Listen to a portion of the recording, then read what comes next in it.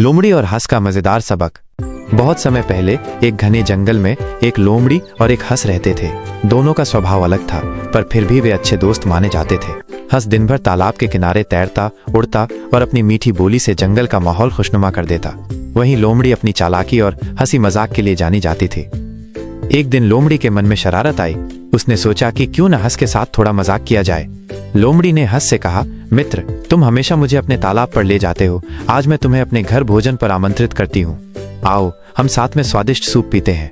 हंस खुशी खुशी राजी हो गया। अगले दिन वो लोमड़ी के घर पहुंचा। लोमड़ी ने बड़े प्यार से उसका स्वागत किया और तुरंत सूप परोसने चली गई। लेकिन लोमड़ी ने सूप एक चौड़ी और चपटी प्लेट में डालकर रखा। अब समस्या ये थी कि हंस की लंबी और पतली चोंच थी। वो प्लेट से सूप पी ही नहीं पा रहा था। उसने कई बार कोशिश की, प्लेट में चोंच डालकर सूप पीने का प्रयास किया, लेकिन हर बार असफल रहा। दूसरी तरफ लोमड़ी अपने तेज दांतों और चौड़े मुंह से आराम से प्लेट से सूप चटकारे लेकर पी रही थी। लोमड़ी बार बार हंस को देखती और हंसते हुए कहती, क्या हुआ मित्र, इतना स्वादिष्ट सूप है और तुम पी क्यों नहीं रहे? बेचारा हंस भूखा ही रह गया। उसे बहुत बुरा लगा, लेकिन उसने कुछ नहीं कहा। धीरे धीरे उसने प्लेट को किनारे कर दिया और उदास होकर लोमड़ी के घर से निकल गया। रास्ते भर वो यही सोचता रहा, आज लोमड़ी ने मेरे साथ मजाक किया है। अगर वो चाहती तो मेरे लिए सूप किसी गिलास में भी परोस सकती थी।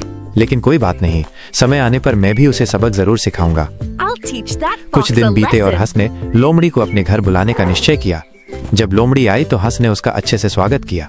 उसने भी बड़े प्यार से कहा, आज मैं तुम्हें खास सूप पिलाने वाला हूँ जो मैंने खुद अपने हाथों से बनाया है। लोमड़ी बहुत खुश हो गई और बोली, वाह, आज तो मजा आ जाएगा। थोड़ी ही देर में हंस सूप लेकर आया, लेकिन इस बार सूप गहरी और लंबी गिलास जैसी बर्तनों में परोसा गया था। गिलास इतना लंबा था कि उसमें से केवल हंस की पतली और लंबी चोंच ही आसानी से पहुंच सकती थी। हंस ने तुरंत चोंच अंदर डालकर सूप पीना शुरू कर दिया, लेकिन लोमड़ी ने जैसे ही कोशिश की वो नाकाम हो गई। उसका मुंह चौड़ा था और वो गिलास के अंदर बिल्कुल भी नहीं जा पा रहा था।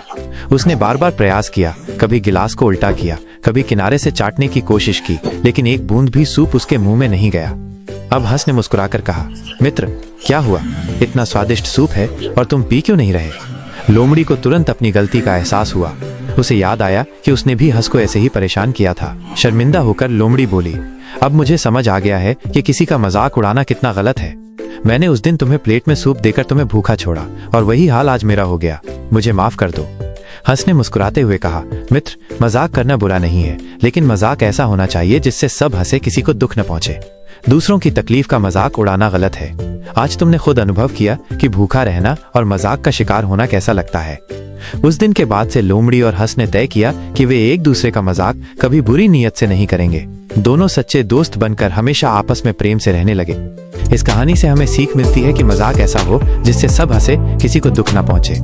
अगर कहानी अच्छी लगी हो तो हमारे स्टोरी मीनिया चैनल को लाइक और सब्सक्राइब जरूर करें।